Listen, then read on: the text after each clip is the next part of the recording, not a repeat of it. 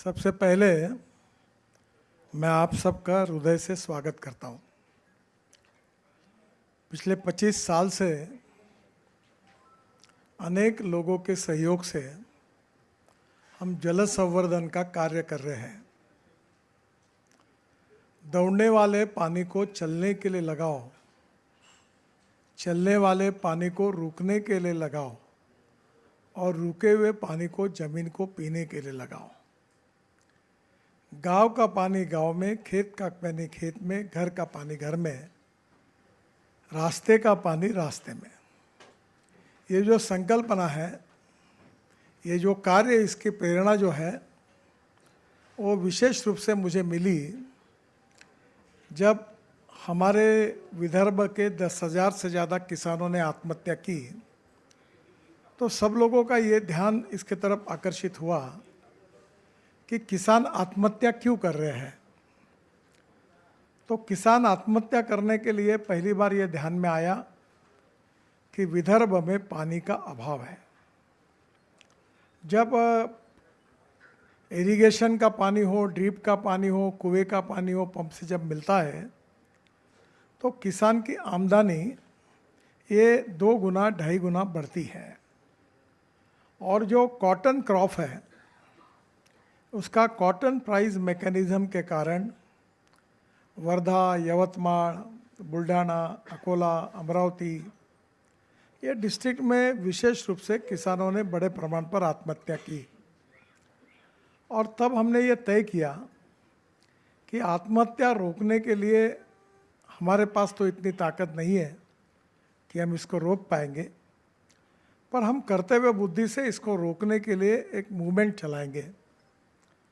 और वो मूवमेंट 25 साल में मेरे साथ बैठे हुए साथी हैं, उन्होंने काफ़ी परिश्रम किए और उसका एक बहुत अच्छा चित्र विदर्भ में निर्माण हुआ। फिर मैं जब नेशनल हाईवे का मंत्री बना 2014 में, तो हमने एक नई नीति लाई कि जहाँ रोड के लिए एग्रीगेट मिट्टी लगती है तो नदी नालों का खोलीकरण करना, रुंदीकरण करना, और जहाँ किसान या संस्था हमें अनुमति देती है तो उनके खेत की मिट्टी निकालकर रोड में डालना और वहाँ तालाब बनाना। इसके 2 बहुत यशस्वी उदाहरण विदर्भ के हैं। पहला उदाहरण है पंजाबराव कृषि विद्यापीठ अकोला में हमने 36 तालाब बना के दिए, और जो उनका 350 एकड़ ज़मीन सिंचाई के ऊपर जाती थी वो ज़मीन अब 3,500-4,000 एकड़ हो गई। और केवल उनकी खेती नहीं हुई, तो ये तालाब के कारण आजू बाजू के 10-12 किलोमीटर के परिघों में भी कुओं में पानी आया और वहाँ अच्छी क्रांति हुई। दूसरा एक बुल्ढाना पैटर्न जिसकी नीति आयोग ने तारीफ की। ये बुल्ढाना से अजिंठा तक रोड था, ये बहुत ही पानी नहीं के बराबर था। यहाँ से धनगर कम्युनिटी के करीब 15 से 17 हज़ार लोग जब फरवरी, मार्च, अप्रैल, मई इस दिनों में पानी न होने के कारण अपना गांव छोड़कर चले जाते थे, माइग्रेट करते थे। और इसलिए हमने इस रोड पर पूरी तरह नदी नालों का खोलीकरण किया। जो डैम तालाब थे उनका खोलीकरण करके उसकी मिट्टी निकालकर वाटर कंजर्वेशन कैपेसिटी बढ़ाई और ये मिट्टी पूरी रोड में डाली। और इसका परिणाम ये हुआ कि वाटर लेवल बढ़ गई। और आज वह प्रतापराव जाधव हमारे वहाँ के खासदार मंत्री भी हैं, तो मैंने उनको पूछा कि कैसा है आप, तो उन्होंने कहा कि वहाँ के किसान अब मक्के के 3-3 क्रॉप लेते हैं, पानी भरपूर है और वहाँ की गरीबी, भूखमरी, बेरोजगारी दूर हुई है। तो ऐसे विदर्भ में हमने विशेष रूप से अनेक जगह पर ये प्रयास किया। आप अगर मोटे तौर पर समझोगे तो पानी की समस्या ये पूरी देश की समस्या नहीं है। जैसे पंजाब है, हरियाणा है, दिल्ली है, उत्तराखंड है, हिमाचल है, आगे चलकर आप जब जाएंगे गंगा और यमुना के जो खोरे हैं इसमें पानी बहुत है। उधर बाढ़ की समस्या है। और दूसरी तरफ गुजरात, राजस्थान, महाराष्ट्र, आंध्र, कर्नाटक, केरला, तमिलनाडु, आंध्र प्रदेश, उड़ीसा, छत्तीसगढ़, यहाँ पानी की समस्या है। और इसलिए पानी की कमी नहीं है, पानी के नियोजन की कमी है। अभी रिवर कनेक्टिविटी के 49 प्रोजेक्ट मैं जब मंत्री था तो वो प्रोजेक्ट उसके डीपीआर निश्चित हुए, जिसमें बुंदेलखंड के लिए केन बेतवा ये प्रोजेक्ट आज जोरदार काम शुरू है। जो सूखाग्रस्त भाग है बुंदेलखंड का, वहाँ पानी पहुँचने वाला है। मेरी कार्यकाल में ये जो आंध्र प्रदेश में पोलावरम 60,000 करोड़ का डैम बनाने का सौभाग्य मुझे मिला, और ये वहाँ से ध्यान में आया कि 1300 टीएमसी पानी गोदावरी का समुद्र में चला जाता है। और ये पानी के बारे में जब अध्ययन किया, चर्चा हुई, तो मेरे ध्यान में आया कि तमिलनाडु और कर्नाटक और आंध्र का हम पानी की समस्या आसानी से सुलझा सकते हैं। ये जो 1300 टीएमसी पानी है जो गोदावरी में एक्सेस वाटर है, वो गोदावरी का पानी ये कृष्णा का पेन्नार में और पेन्नार का कावेरी में डालकर टेल एंड ऑफ तमिलनाडु, पूरे कर्नाटक से सब डैम भरते हुए हम तमिलनाडु के एंड तक ले जा सकते हैं। आप समझिए कि अगर हमने सिंचाई अगर ठीक प्रकार से हुई तो गांवों की गरीबी, भूखमरी और बेरोजगारी दूर होगी, किसानों का उत्पादन बढ़ेगा और गांव में रोजगार निर्माण होगा। और इसी भाव से गांव को समृद्ध संपन्न कैसे हो, इस भाव से हमारी ताकत पूरे देश में काम करने की नहीं थी, तो हमने विदर्भ में ये काम शुरू किया। बहुत कुछ काम 25 साल में हमने किया है। हजारों तालाब बने हैं और अनेक जगह पर इन सब लोगों ने काम किया है, पर इसकी प्रसिद्धि नहीं हुई। प्रसिद्धि नहीं हुई क्योंकि हमने भी ज़्यादा की नहीं, काम करते रहे। अब 25 साल पूरे होने के बाद हमें कोई क्रेडिट मिलना चाहिए, हमारा कोई नाम होना चाहिए, हमारी इच्छा नहीं है। आज आपको ये 25 साल के रोपवे महोत्सव में ये जो कार्यक्रम हो रहा है, जिसकी जानकारी देने के लिए आप सबको बुलाया है, तो ये कार्यक्रम एक जल संवाद है। 17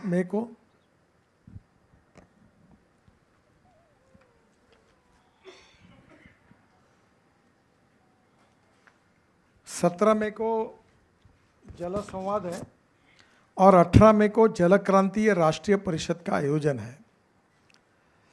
17 मई को विशेष रूप से इसका उद्दिष्ट है विदर्भ का किसान आत्महत्या मुक्त हो और जल संधारण होकर यहाँ के किसानों को प्रगति और विकास मिले। आपको पता है कि कोई भी काम करने के पहले मैं विश्वास रखता हूँ कि कई काम में अगर गड़बड़ हो गई तो लोगों का विश्वास उठ जाएगा। इसलिए अब थीम कंसेप्ट आगे आगे डेवलप होते गए, जैसा जैसा हमको समस्याएं समझ में आई तो उपाय ढूंढते ढूंढते आगे आए। पहली बात जल संवर्धन करना। जैसे आप में से अनेक लोग हैं, नौकरी करते हैं, हर महीने में कुछ सेविंग करते हैं और रिटायर्ड होने के बाद उस पैसे से उदर निर्वाह करते हैं। यही कंसेप्ट है कि रोज़ पानी को डिपॉजिट करो, ज़मीन की लेवल को बढ़ाओ, बैंक में पैसा डिपॉजिट करते वैसे ज़मीन में पानी डालो और जब ज़रूरत पड़ेगी तो पानी ज़मीन से बाहर निकालो। और इसी के आधार पर अब कंसेप्ट को थोड़ा आगे लेके गए हैं और जिसका उदाहरण मेरे खेत पर सिद्ध हुआ है। मेरे पास 60 एकड़ ज़मीन है धापेवाड़ा में, 3 कुएँ हैं। एक कुआँ 1 घंटा चलता था। अब मेरे पास के जो नाले थे, नदी थी, उसका खोलीकरण रुंदीकरण किया और वाटर कंजर्वेशन कैपेसिटी बढ़ाई। आज मई महीने में मेरे यहाँ 6 से 8 घंटे पानी उपलब्ध है। 7.5 हॉर्स पावर के 3 सोलर पंप मैंने लगाए हैं और 7-7, 8-8 घंटे पानी मिलता है। मेरे खेत का प्याज 1 किलो का हुआ, बैंगन जो है वो 1 किलो 900 ग्राम का हुआ। 1 एकड़ में 88 टन हमारे यहाँ गन्ना हुआ। और उसके बाद में ऑर्गेनिक तूर की हमने दाल बनाई। इस साल 150 क्विंटल दाल हुई है और पूर्ति सुपर बाज़ार से इतना सेल होता है और उसका डाले ऐसी अच्छी है कि अभी धीरे धीरे किसानों को साथ में लेकर नागपुर में मैंने 5 ऑर्गेनिक फ्रूट्स वेजिटेबल के दुकानें शुरू की है। एक मनीष नगर में 2 है, अभी ये प्रताप नगर चौक में एक है। और किसान हमारे लोगों को ये जो दूषित है केमिकल पेस्टिसाइड और फर्टिलाइज़र, इससे मुक्त उनको सस्ते रेट में फल फूल सब्जी अनाज मिले। और इसीलिए अभी रेडिसन के बाजू में हमारी एग्रो विजन की बहुत बड़ी बिल्डिंग हो रही है और वहाँ एक सुपर मार्केट, बहुत बड़ा फ्रूट वेजिटेबल और अनाज का बाज़ार केवल ऑर्गेनिक का, और उसका उद्घाटन भी 2-3 महीने में होगा। तो ये सब के पीछे यही कि किसान डायरेक्ट आए, अपना माल रखे और वो माल लोग खरीदी करके जाए। और इस कंसेप्ट में आगे काम करते करते पहले जल संवर्धन, फिर कुएं में पानी, फिर कुएं के लिए सोलर पंप के आधार पर ड्रिप इरिगेशन। और एक बड़ी बात हुई है जिसको ज़्यादा इंटरेस्ट है वो प्रेस कॉन्फ्रेंस ख़त्म होने के बाद मैं मेरे मोबाइल फ़ोन में बताऊंगा कि हमने AI इन एग्रीकल्चर शुरू किया है। और इसके कारण मेरे खेत में एक वेदर स्टेशन बना है, एक मॉइस्चर चेक वाला मशीन लगा हुआ है। इसका खर्चा 10-15 हज़ार रुपये एकड़ है। और अमेरिकन सैटेलाइट के मदद से माइक्रोसॉफ्ट और गूगल मेरे खेत के फ़ोटो निकाल कर मुझे भेजती है, और जिसके कारण मुझे जानकारी मिलती है कि मेरे क्रॉप पर 8 दिन के बाद कौन सा डिसीज आने वाला है, ताकि मैं तुरंत कौन सी उपाय योजना करूँ। पानी की कमी है तो पानी की कमी का तुरंत होता है, खाद की कमी है तो खाद की जानकारी मिलती है। और AI के कारण 50% एकरी हमारा खर्चा कम होता है और उत्पादन 50% बढ़ता है। ये जो बारामती कृषि विज्ञान केंद्र के सहयोग से कर रहे हैं, जो बोईटे करके वहाँ के साइंटिस्ट हैं, उनने कल सुबह 2 दिन सुबह, पहले मैं जैसे दिल्ली से नागपुर उतरा तो मेरे फ़ोन पर मेरे खेत के AI से निकले हुए फ़ोटो आए जो अमेरिकन सैटेलाइट ने निकाले हुए थे। और बोईटे को फ़ोन किया तो उसने कहा कि इस बार आपको 100 टन के ऊपर गन्ना होगा। और वैसे भी मैं अभी नैनो यूरिया और नैनो मिश्र खत भी यूज़ करता हूँ, उसके लिए भी एग्रोविजन से एक वर्कशॉप हो रहा है। और ऑर्गेनिक मैनुअल खुद हमारे यहाँ बनता है, भू सुरक्षा, उसके बहुत अच्छे रिजल्ट हैं। 1 एकड़ में 15 क्विंटल तूर हुई है। तो अभी हम लोग कंप्लीट काम कर रहे हैं कि पानी का संवर्धन, कुएं में पानी पर सोलर पंप पर ड्रिप इरिगेशन, और ड्रिप इरिगेशन के बाद AI, और बाद में जो किसान तैयार करेगा उसका मार्केटिंग, ताकि किसान समृद्ध संपन्न बने। और इसी बात को जगाने के लिए ये जो कॉन्फ्रेंस है, इसमें आपके सहयोग की बहुत बड़ी आवश्यकता है। ये हम लोग प्रयास कर रहे हैं कि विदर्भ के सभी ग्राम पंचायत के सरपंच और सदस्य, पंचायत समिति और जिला परिषद के सदस्य, उनके साथ हमारे सब MLA और जो इसमें काम करने वाली सोशल ऑर्गेनाइजेशंस है, उनको सबको साथ में लेकर हम ये परिषद कर रहे हैं। इसमें 18 मई को जो जल क्रांति परिषद है, उसमें आदरणीय नाना पाटेकर फिल्म एक्टर जो जल संवर्धन में काम करते हैं, फिर एक्टर दूसरे बहुत बड़े हैं, आमिर खान और मकरंद अनासपुरे, ये तीनों रहेंगे। हमारे गोंडवाना यूनिवर्सिटी और PKV के वाइस चांसलर उपस्थित रहेंगे। और ये सुरेश भट्ट सभागृह में 18 तारीख को जल क्रांति का कार्यक्रम होगा। वहाँ बहुत बड़ा एग्जीबिशन होगा जो 25 साल में हमने काम किया है।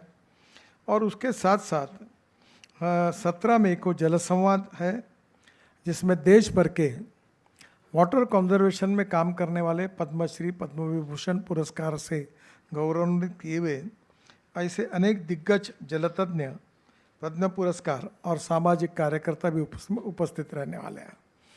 अब उद्देश्य ये है कि यहाँ 2 MLA उपस्थित हैं, उनको विशेष रूप से मैं उनसे अनुरोध किया कि आप इस पूरे कार्यक्रम में शरीक हुइए।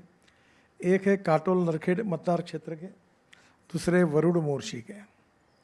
विदर्भ का डार्क एरिया, सबसे डार्क एरिया ये दोनों की विधानसभा में है। और अगर यहाँ पानी का संवर्धन नहीं हुआ तो हमारा भविष्य बहुत ही चिंताजनक है। वैसे विदर्भ में और डार्क एरिया है, और इसलिए हमें अब वाटर कंजर्वेशन की जो हमारी जल संवर्धन की जो हमारी मूवमेंट है उसको गांव-गांव तक पहुंचाना होगा। वाशिम में बहुत अच्छा काम हुआ है। हमारा कार्यक्षेत्र बुल्ढाना, वाशिम जिला, अकोला जिला विशेष रूप से रहा, वर्धा जिला रहा। वाशिम में भी काफ़ी बड़े प्रमाण पर वहाँ बहुत अच्छा कार्य हुआ है, सरकार का सपोर्ट भी मिला है, अनेक गांवों में क्रांति हुई है, और जो लोग हैं उनको, किसान है, उनको समझ में आया कि इसका फ़ायदा क्या है। तो ये बहुत बताने लायक मेरे पास बहुत कुछ है, पर मैंने अभी नायगांवकर जी को कहा है कि मेरी पूरी नोट, ये पूरा डिटेल है वो तुरंत व्हाट्सएप पर डाल देंगे, तो आपको थोड़ा सा क्लिष्ट विषय है, आप सबकी रुचि जिस विषय में है राजनीति के, वो ये विषय नहीं है, पर यह जीवन बदलने वाला विषय है। और आपने अगर इसको अच्छी तरह उठाया, आपके मीडिया से और किसानों को जगाया, और जल संवर्धन की ये जो मूवमेंट है हर गांव में होगी, तो हमारे देश विदर्भ का एक भी किसान आत्महत्या नहीं करेगा।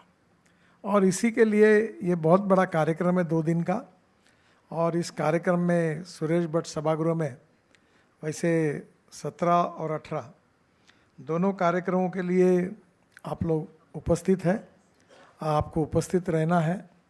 हमारी जो पूर्ति समृद्धि सिंचन योजना है, कल्याणकारी संस्था, इसको 25 साल हुए हैं।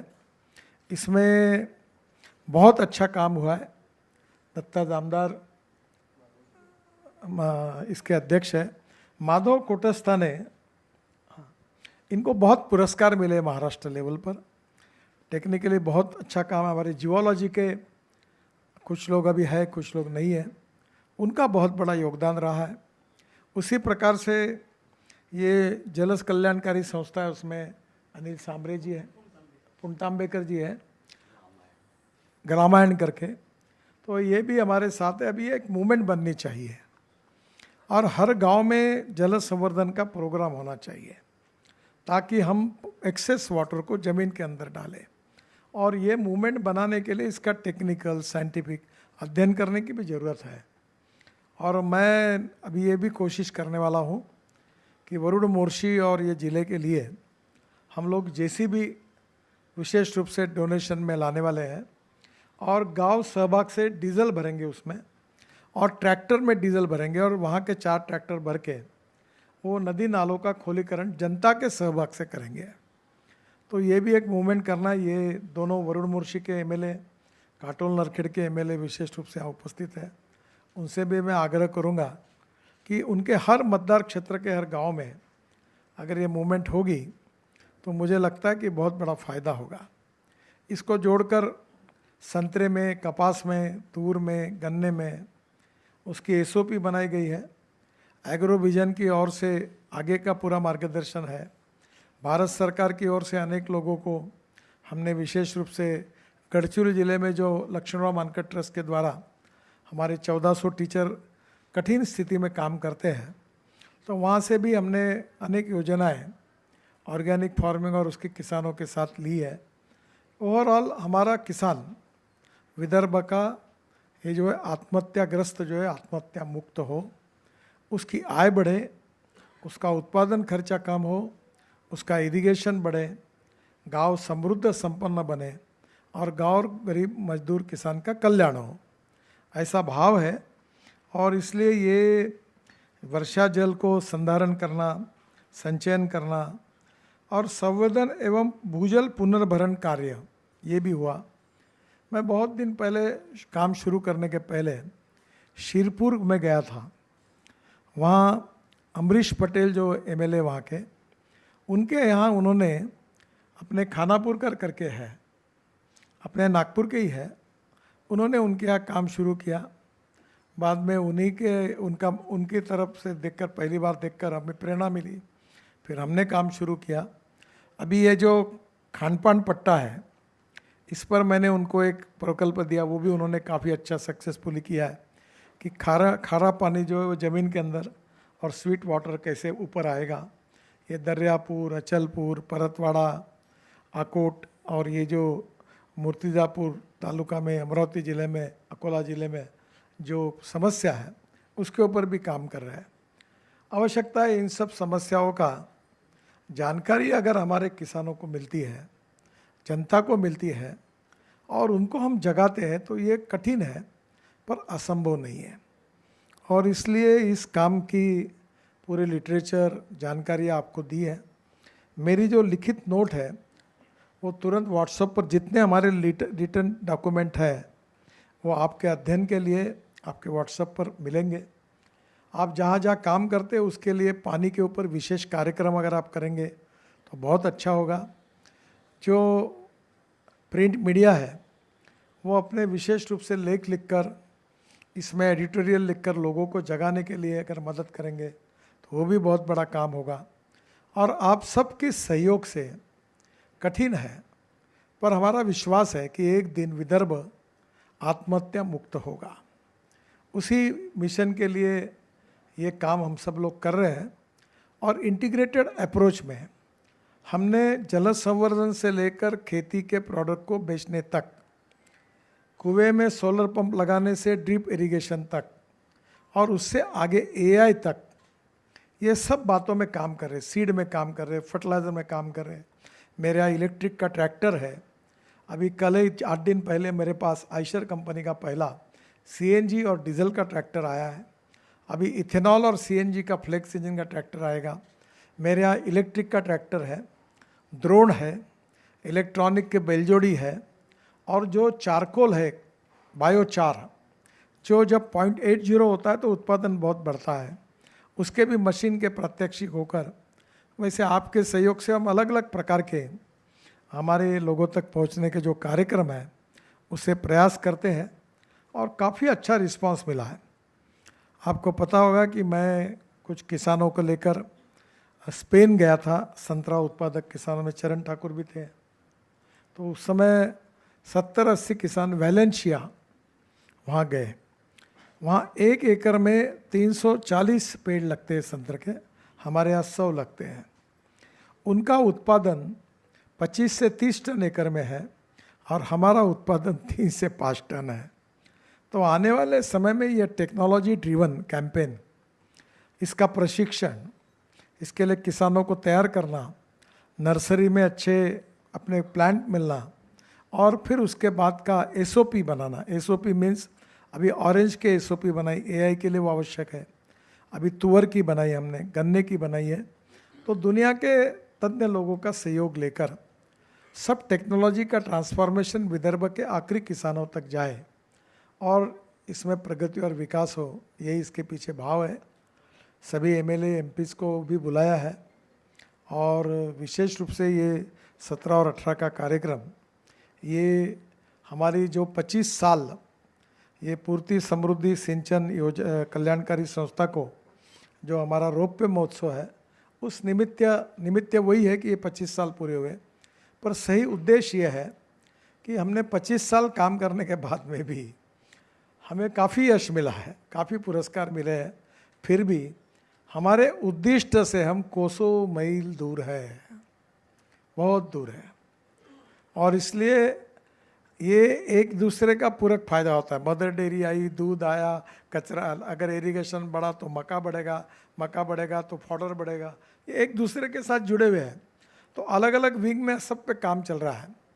तो ये एक किसानों को समृद्ध संपन्न करने का जो मिशन है, इसमें आप लोग भी सहयोग करिए, यही मेरा आपसे नम्रतापूर्वक अनुरोध है। कुछ प्रश्न आप पूछेंगे इस विषय से संबंधित तो जवाब मैं दूंगा। बाकी स्टेज पर भी काफ़ी अच्छे काम करने वाले लोग हैं। कुलकर्णी, इसने वाशिम में बहुत अच्छा काम किया है, वाशिम में बहुत अच्छा काम है, परिणाम हुआ है और किसानों की बहुत बड़ा सपोर्ट है। अब वाशिम में भी मैं एक बहुत बड़ा प्रकल्प, एक डायग्नोसिस सेंटर और मेडिकल डिवाइसेस में ईसीजी मशीन से लेकर सब बनाने का और साड़ी और कारपेट बनाने का बड़ा प्रोजेक्ट वहाँ शुरू हो रहा है। और वाशिम जिला को और गढ़चिरौली जिला, ये दोनों एस्पिरेंट डिस्ट्रिक्ट है, दोनों को हमने विदर्भ में, मैंने विशेष रूप से मेरे कार्य के लिए दत्तक लिया है। तो मुझे लगता है कि ये जो सोशली, इकोनॉमिकली, एजुकेशनली जो बैकवर्ड डिस्ट्रिक्ट्स है उसमें ये काम पहुँचे और काम हो, ये प्रयास है। तो आप ज़रूर पूछिए। 17 तारीख को जो कार्यक्रम है वो कितने बजे, वो 4 बजे दोपहर को है। वो वसंतराव देशपांडे हॉल में है। और 18 तारीख का कार्यक्रम जो है सुबह 11 बजे जो है वो सुरेश भट्ट सभागृह में है। तो ये दोनों कार्यक्रम है, इसमें प्रदर्शनी है, बहुत से किताबों का विमोचन है।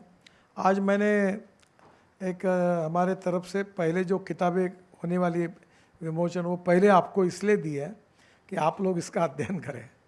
अभी उसका प्रकाशन नहीं हुआ है, पर आप लोगों के मार्फत लोगों तक पहुंचना है। तो ये सब जानकारियाँ आपको मिले, आप पढ़ें, आपको किए हुए काम की जानकारी मिले, ताकि आपके लिखने में और ताकत प्राप्त होगी। इसलिए मैं आपका बहुत बहुत हृदय से स्वागत करता हूं। और जो मिशन हम सब ने आप सबके सहयोग से चुना है, उसको आत्महत्या को समाप्त करना, इस मिशन में आप लोग सहयोग करिए, यही आपसे प्रार्थना करता हूं। और अभी आप पूछ सकते हैं। एक डिटेल में जो मैं आपको दे रहा हूँ उसमें हमने विदर्भ के एक एक प्रोजेक्ट की जानकारी और उसके फोटोग्राफ्स आपको दिए हैं। पंजाबराव देशमुख में यूनिवर्सिटी में अकोला में तालाब बने हैं, कुछ NHI का काम किया उसके मिले हैं। फिर जागतिक स्तर पर जिनको मान्यता है, ऐसे भारतीय जिनको पद्मश्री पद्मविभूषण पर, उनके लेख अच्छे अच्छे हैं। तो एक प्रकार से ये सब जल संवर्धन का अभियान है और इसमें आप भी सहभागी हो, किसान भी सहभागी हो। और इसीलिए नाना पाटेकर और आमिर खान जी, मकरंद नासपुरे जी वो भी आ रहे हैं। तो नेचुरली उन सब के से एक अच्छी प्रेरणा विदर्भ के सरपंचों को, ग्राम पंचायत के सदस्यों को मिलेगी। और गांव की यह मूवमेंट, ये जन आंदोलन होगा और हर गांव में जल संवर्धन का कार्यक्रम होगा, यही प्रयास है। तो मैंने जो जानकारी बताई आपको बताई है, और इसके बारे में आपको जो पूछना है आप सवाल पूछिए। सब जानकारी जो मेरे पास है वो आपके पास डायरेक्ट आपके व्हाट्सएप पर आ जाएगी।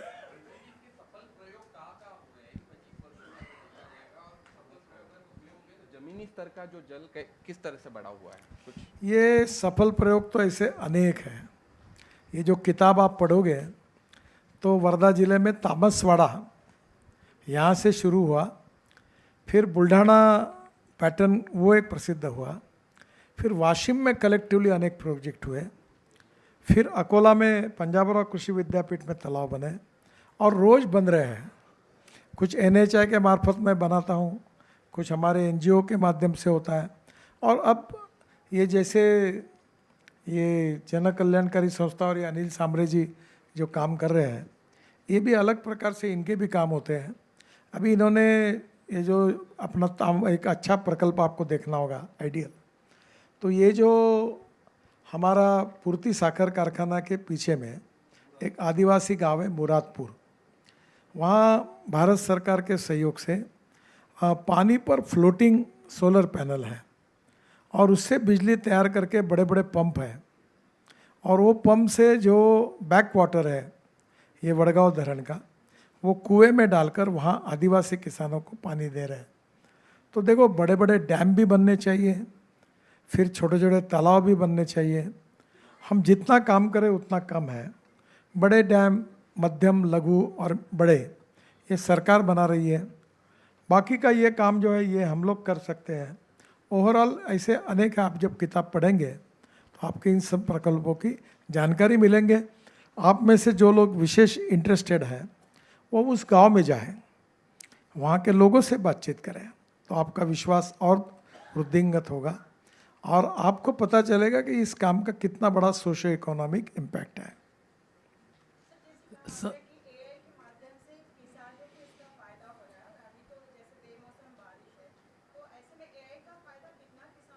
AI पर मैं आज ज़्यादा नहीं बोलूँगा, मैं उसके लिए अलग से एक बार आप सबको AI इसके ऊपर बुलाकर बताऊँगा। अगर आपको करना है विशेष स्टोरी तो नायगांवकर के साथ धापेवाड़ा जाइए, आपको AI का पूरा प्रत्यक्ष देखने के लिए मिलेगा।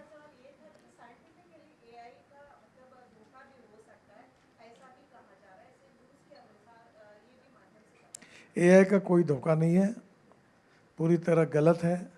एआई किसानों का और खेती का पूरा आमूलाग्र परिवर्तन करने वाली टेक्नोलॉजी है। और अब मेरे खेत में आप जाइए, ग्रीन हाउस भी है, कभी आप जरूर देख के आइए।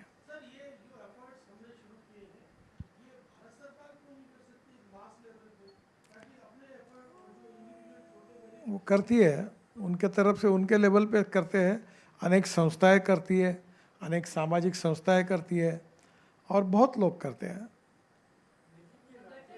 सर सर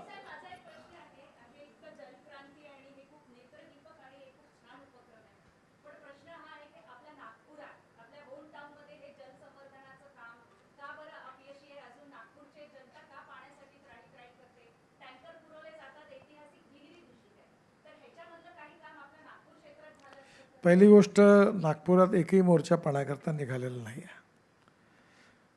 काही भागामध्ये अनधिकृत लेआउटमध्ये पाईपलाईन नाही टाकल्या गेली, तिथे समस्या आहेत, तिथे टँकर जातात. पण हा विषय वेगळा आहे तुमचा. या विषयावर मी तुम्हाला एक गंभीर प्रश्न आहे नागपुरात, तो जलपरीचा आहे, अंबाझरी तलावातला. त्याचं सोल्युशन नाही, पण आता आजच्या याच्यातले त्याचेही विषय आहे, ते मी आपल्याला पुन्हा एकदा केव्हा तरी त्याची माहिती देईन. आणि विशेषतः ज्या विहिरी दूषित पाण्यामुळे खराब झाल्यात, त्याच्यामध्ये विशेषतः नागनदीचं पाणी गेल्यामुळे खूप पाण्यात प्रॉब्लेम आहे. आता त्याचाही प्रकल्प आपण हातात घेतलेला आहे. सर पिछले 25 साल में डायरेक्टली और इनडायरेक्टली कितने फार्मर्स को फ़ायदा हुआ है, और ये आपका काम आप फार्मर्स तक ऐसा पहुंचाएंगे? इसका अभी तक एग्जैक्ट जानकारी नहीं है, पर हमारी केवल संस्था की ओर से 66 किलोमीटर हुआ है. बाद में जो तालाब बने पंजाब रोड, उसमें वीसी साहब ने मुझे कहा कि आगे काफ़ी दूर तक किसानों के कुएं में अच्छा पानी आया है. तो ओवरऑल इसका 1-8 लाख लोगों को तो फ़ायदा हुआ ही है.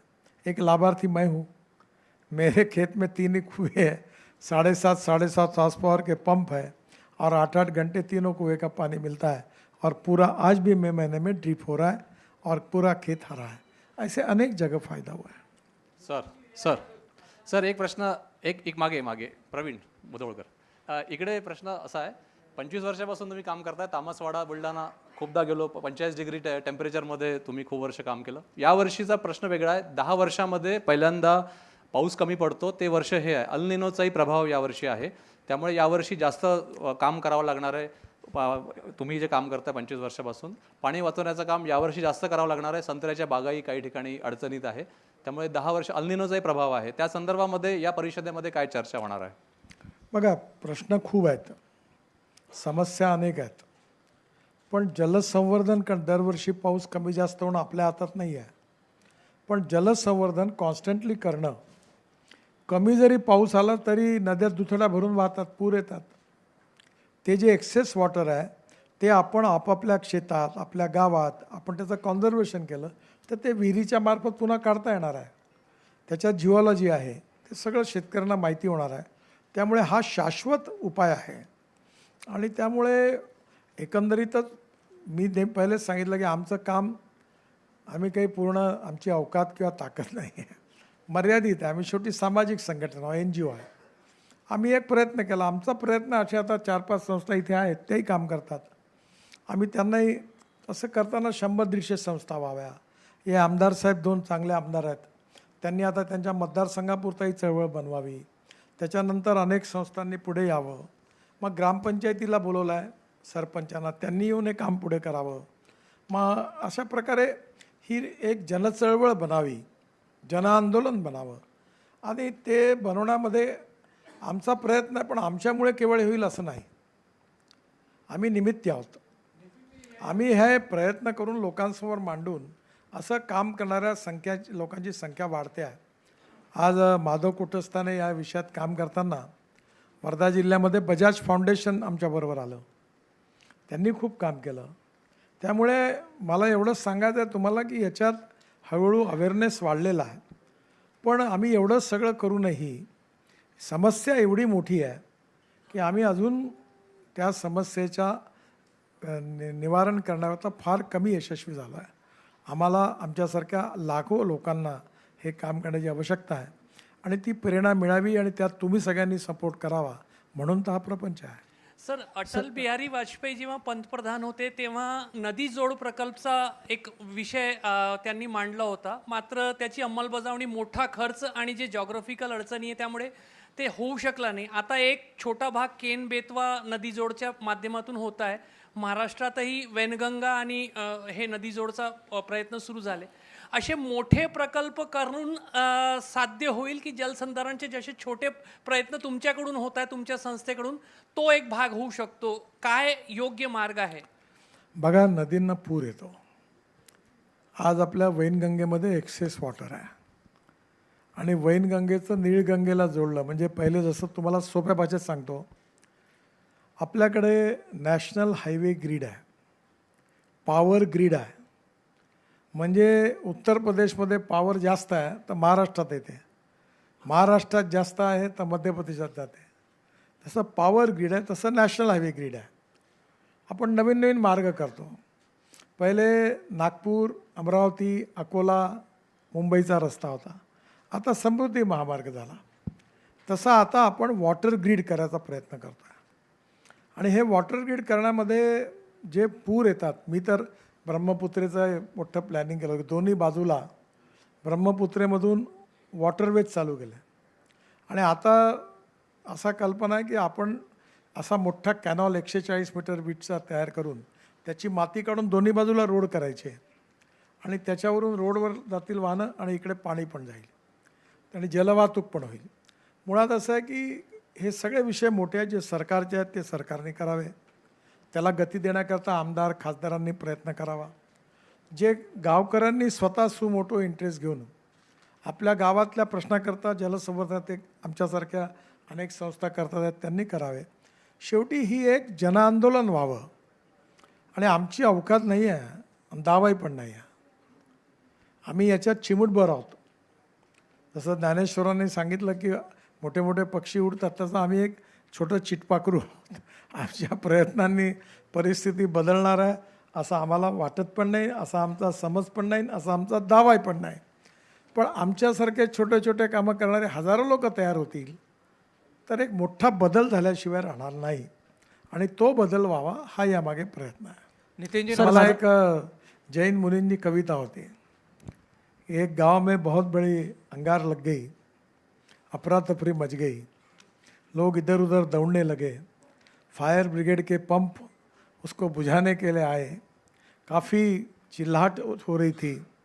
उस समय एक छोटी सी एक टीटी थी, वो अपने चोंच में पानी लेकर वो उस आग पर डाल रही थी. तो कौवे ने उसको पूछा, तू तो खुद को बहुत बड़ी शानी समझ रही हो कि इतना छोटा सा थैम भर पानी लेकर वहाँ जा रही हो, तुझे क्या लगता है कि तेरे इससे क्या आग बुझेगी तेरे प्रयासों से? तो उसने जवाब दिया कि मेरे ये प्रयासों से आग कितनी बुझेगी तो इसका तो मुझे पता नहीं है, पर आग का इतिहास लिखा जाएगा तब मेरा नाम आग लगाने वालों में नहीं आग बुझाने वालों में रहेगा. यही इसका प्रयास है. तो हम लोग, हमारा भी एक प्रयास है. और आप लोगों ने अगर हमको स्पॉन्सरशिप दी, स्पॉन्सरशिप मैंने जो पैसे से देते वो नहीं स्पॉन्सरशिप मैंने आपका दिल और हृदय का सपोर्ट मिला तो विदर्भ के हर गांव में अगर ये क्रांति शुरू हो गई तो कहीं ना कहीं सपना पूरा होगा और ये पूरा हो इसीलिए आपसे निवेदन है. सर नितिन जी, नमस्कार. देशभरामध्ये योगेश पांडे, लोकमत. देशभरामध्ये सर आपल्या महामार्गाचे जाळे उभारले गेले आहेत. समृद्धी महामार्ग असो की आणखी मोठे महामार्ग, त्या माध्यमातनं जसं काटोल आणि नरखेड तालुक्यामध्ये 122 गावांमध्ये अटल भूजल योजनेअंतर्गत काम करण्यात आलं आहे गेल्या पंचवर्षामध्ये. 122ही तालुके डार्क झोनमधून सुरक्षित झोनमध्ये ट्रान्सफर झाले. त्यामध्ये मोठं काम जे होतं ते शाफ्ट जे आहेत, रिचार्ज शाफ्ट, त्याचं करण्यात आलं आहे. सो आपल्याकडे एवढे मोठे महामार्ग बनते आहेत आणि त्या महामार्गाचं पाणी शेतकऱ्यांच्या शेतामध्ये स्थायी होते आहेत, थांबते आहेत बरेचदा. सो अशा ठिकाणी जर त्या महामार्गाच्या बाजूला जर रिचार्ज शाफ्ट केले तर बऱ्याचदा ते होऊ त्याची शकतं. योजना तयार केली आहे आम्ही. सगळं ते पाणी जिथे येईल तिथे खाली संवर्धनाचा प्रयत्न करतो आहे. आता नवीन टाईल्स आल्या आहेत नागपूरमध्ये, थत्ते म्हणून आहेत, त्यांची फॅक्टरी आहे. त्या टाईल्सला त्या टाईल्समधून आतून पाणी जातं. आणि या संदर्भात काटोल नरखेडचा तुम्ही फार महत्त्वाचा प्रश्न काढला. चरण ठाकूर याच्याकरता सातत्याने प्रयत्न करतात. ते माझ्याकडे 3-4दा दिल्लीला आले. त्यांनी महाराष्ट्र सरकारकडनं एक विशेष प्रकल्प रिकमेंड करून आणला. मी जलसंवर्धन मंत्र्यांनाही सांगितलं. त्यांची आणि त्यांची भेट झाली, जरा माहिती दिल्या प्रकल्पाची. नमस्कार साहेब, हे विदर्भाचेच नाही तर देशाचे काळजी करणारे नेते आपले आहेत आणि विदर्भामध्ये तर शेतकरी त्या ठिकाणी आत्महत्या करत होता. त्यापासून दूर करण्याचं काम वेगवेगळ्या उपक्रमाच्या माध्यमातून साहेबाच्या डिक्शनरीमध्ये इतके विचार आहेत की त्याचं किती लिहिलं तरी ते संपू शकत नाही. आणि वेगवेगळ्या प्रकारे त्या ठिकाणी शेतकरी सुखी कसा होईल. साहेबांचा मूळ मुद्दा आहे की त्या ठिकाणी पाणी पडणारं पाणी त्या ठिकाणी अडवलं पाहिजे, अडवलेलं पाणी जिरवलं पाहिजे आणि त्याच्या माध्यमातून सगळ्यांनी याच्यामध्ये सहभागी झालं पाहिजे. ही सुरुवात साहेबांनी या ठिकाणी केलेली होती. आणि आज निश्चितपणे मी खात्रीनं सांगतो की माझ्याही एरियामध्ये जे काही आज जलसिंचनाचं पाणलोटचं कामं चालू आहेत त्याच्यामध्ये साहेबांचंच योगदान आहे. ती प्रेरणा शेतकऱ्यांनी घेतलेली आहे. आणि म्हणून त्याच दृष्टिकोनातून एक प्रकल्प साहेबांच्या माध्यमातून त्या ठिकाणी व्हावा म्हणून साहेबांनी सगळ्या मंत्र्यांसोबत, केंद्रीय मंत्र्यांसोबत चर्चा केली का ड्राय झोन आहे, 1000 फुटापर्यंत पाण्याची वॉटर लेवल गेलेली आहे, हार्ड रॉक आहे आणि त्या पाण्याला त्या ठिकाणी जर जिरवायचं असेल तर बोरच्या माध्यमातून नदी नाल्यांमध्ये बोर करून ते पाणी त्या लेवलपर्यंत नेण्याची गरज आहे. आणि त्याकरता साहेबांनी खूप मदत आम्हाला त्या ठिकाणी केलेली आहे. निश्चितपणे या क्षेत्राचं चित्र बदलेल. माझ्यासोबतच वरुड क्षेत्र आहेत, काही कळमेश्वरचा भाग आहे, काही हिंगण्याचा भाग आहे. याही भागाचा प्रस्ताव त्या ठिकाणी केंद्राकडे नेलेला आहे आणि सगळ्या मंत्र्यांनी त्या ठिकाणी, मंत्री महोदयांनी होकार दिलेला आहे. आणि साहेबांनी खूप हट्टानं सांगितलं आहे की विदर्भाचा संत्रा शेतकरी वाचवायचा असेल, कापूसचा शेतकरी वाचवायचा असेल तर या प्रकल्पांना मंजुरी देऊन त्या ठिकाणी पुढं नेण्याचं काम करावं. अशा पद्धतीचं साहेबांनी जे आम्हाला सहकार्य केलेलं आहे, निश्चितपणे ते आमच्याकरता ते उपकार त्या ठिकाणी न विसरण्यासारखं आहे. वरुड मोर्शीचे पण असेही प्रकल्प आहे. तिथले आमदार वारंवार येतात. जलसंवर्धन मंत्र्याकडे फॉलोअप केला तर त्याच्यात काही डेव्हलपमेंट झाली हे सांगतील. धन्यवाद साहेब.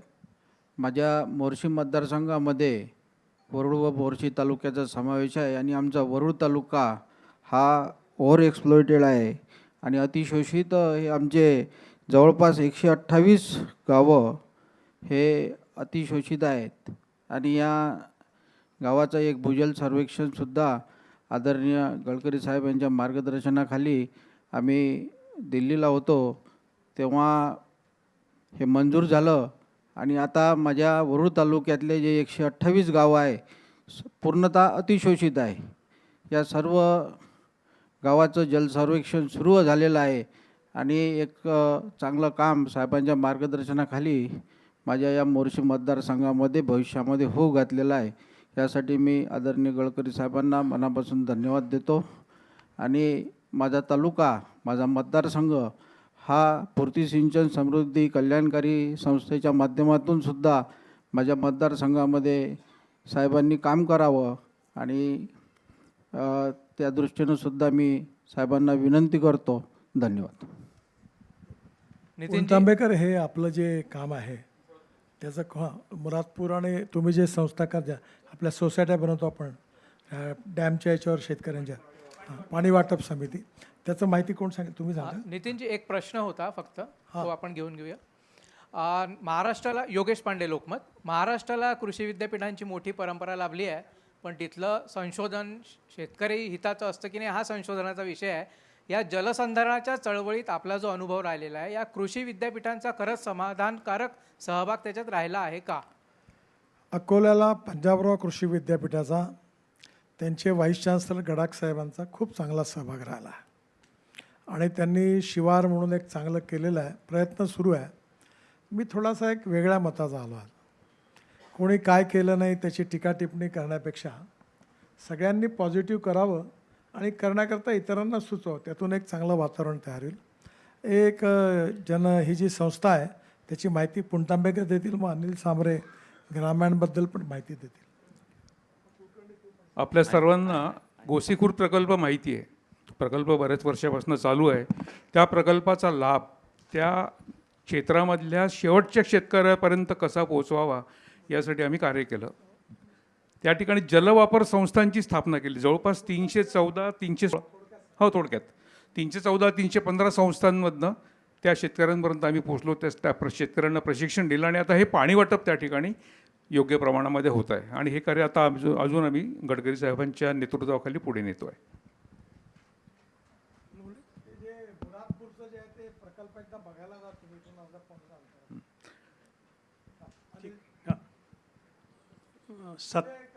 काम करतो मी तुम्हाला.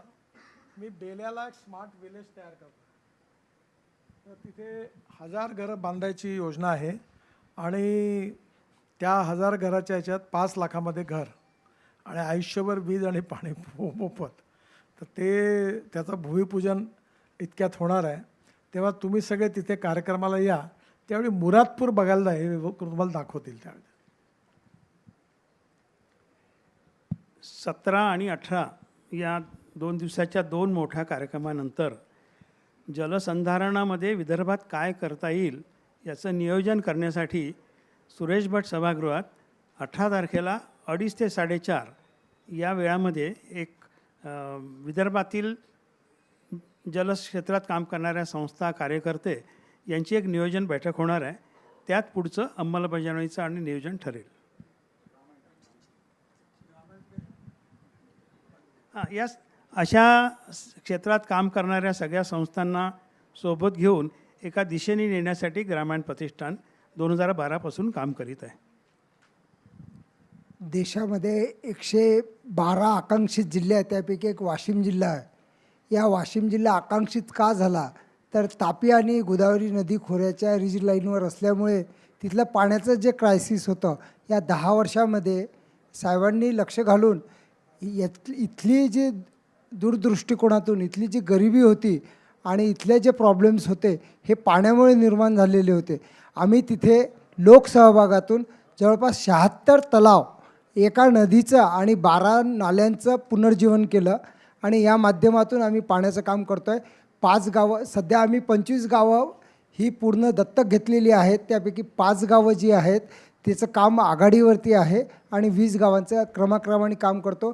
याच्यामध्ये शासकीय योजना कशा येतील, लोकांची गरिबी दूर कशी होईल आणि उत्पन्न कसं वाढेल यासाठी काम केलं जातं आणि याच्यात आम्ही पूर्णपणे 100% यशस्वी आहे. सर्व लोकसहभागातून हा कार्यक्रम चालतो.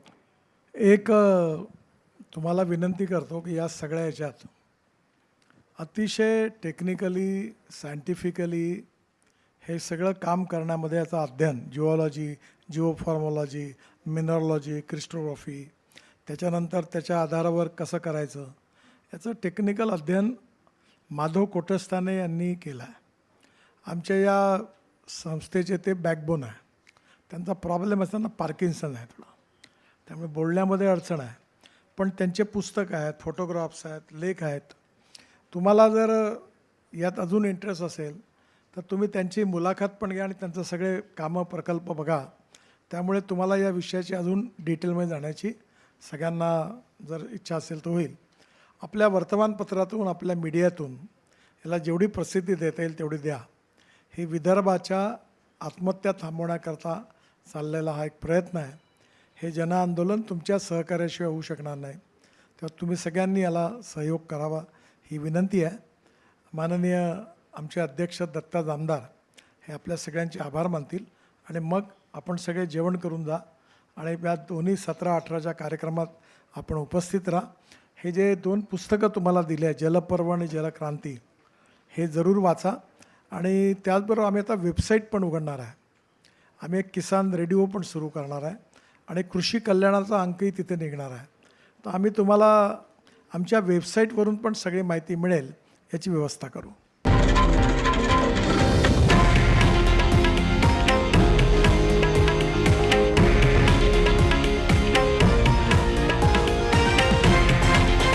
हे आहे देशातील नंबर 1 न्यूज नेटवर्क आणि आपण पाहत आहात TV9 मराठी, एकमेव.